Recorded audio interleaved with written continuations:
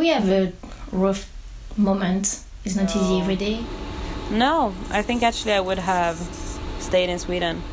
The president is threatening to slash J-1 visas used by many to bring au pairs to this country. After hearing that Donald Trump wants to stop the J-1 visa, which would affect the au pair program, I met with some au pairs to learn what they think about the program and to find out what they would change. But first, I wanted to know more about the beginning. The employment of au pairs is first recorded in the 18th century in Switzerland. Rich families would send their daughters away to learn another language in return of help with household and childcare duties. Senator J. William Fulbright introduced the Mutual Educational and Cultural Exchange Act, which was signed in 1961. He envisioned to increase the mutual understanding between Americans and people from other countries. This opened the door for the au pair program in 1986, when the first pairs officially came into the country. Since then, millions of au pairs have come to America to learn about the world they heard so much about. Well, I wanted to become an au pair because it's something new. It's like a new experience,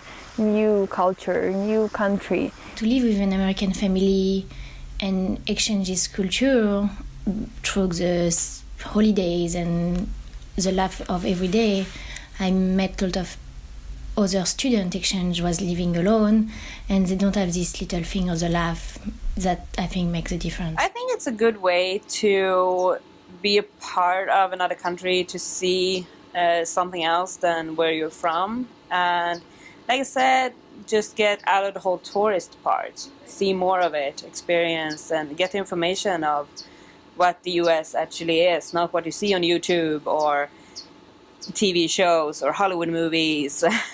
Actually meet people and communicate. You get to know yourself in different kind of situations, in different environments. I can read in English, I can watch a movie in English. It will make me realize how my English improved, and I'm proud of that. As I was in Minnesota for the first 2 months, I get to meet people there which are very different from the people I met here in California. I've been in different parts of California, I've been in different parts of the US, and meet a lot of different people. And yeah, I think I got a lot out of it. Maybe sometimes the agency should be, don't make us dreaming too much and make more in the reality life that it's a job. It's not just for travel, and kid, it's not easy to do. And sometimes maybe with the family, more explain about exchange, about what's the feeling of the au pair to be alone and far away from their family, and not just to be a cheap babysitting.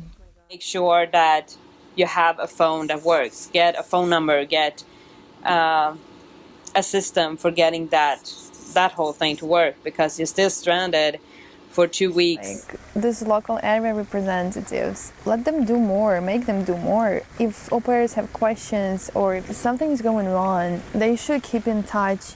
Stopping the J-1 visa is part of the America First program. But I learned that being an au pair is not simply about cheap childcare, but to provide young adults the opportunity to grow as a person and to share their culture, just like Fulbright intended it 60 years ago. And even though the au pair program needs some improvements, it is worth so much for millions of people every year and should not be taken away.